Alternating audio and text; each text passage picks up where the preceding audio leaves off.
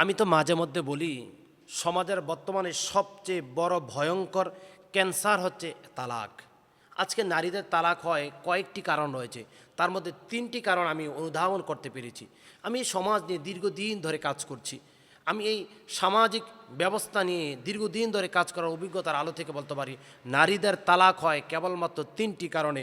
এর মধ্যে এক নম্বর হচ্ছে নারীরা অধিক হারে তর্কে জড়িয়ে যায়, অর্থাৎ অধিক হারে তর্কে জড়ে যায়। স্বামী কথা যেটা প্লাস পয়েন্ট বলে সেটাও তর্ক করে, যেটা মাইনাস পয়েন্ট সেটা তো তর্ক করে।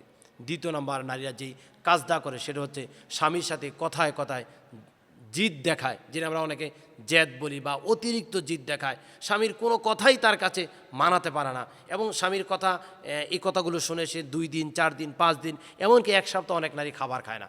এত ঝগড়া ফাসাদ নারীরা করে।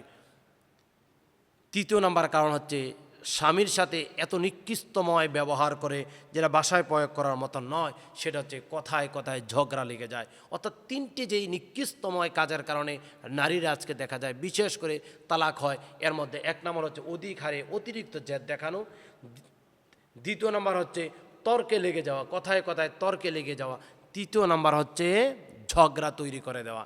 ইচ্ছায় অথবা অনিচ্ছায়, প্রয়োজনে অথবা অপ্রয়োজনে এই ঝগড়া করার কারণে অনেক সময় দেখা যায় স্বামীদের মন থেকে স্ত্রীরা উঠে যায়। ওই স্বামীটা আর ধৈর্য ধারণ করতে পারে না, আর সবর হতে পারে না। 1 দিন 2 দিন দেখতে দেখতে সে যখন একেবারে বিপদগামী হয়ে যায়, তখন দেখা যায় স্বামী স্ত্রীর বন্ধনটা নষ্ট হয়ে যায়, এক অপরের থেকে বিচ্ছিন্ন হয়ে যায়। আমি আমার মায়েদেরকে বলবো, আমি আমার বোনদেরকে বলবো, আমি শ্রদ্ধা রেখে আপনাদেরকে বলবো, স্বামীর সাথে রাগ করবেন, এটা আপনার বৈধ, এটা আপনার জন্য জায়েজ রয়েছে। কিন্তু এত রাগ মা করা যাবে না, বোন এত রাগ করা যাবে না।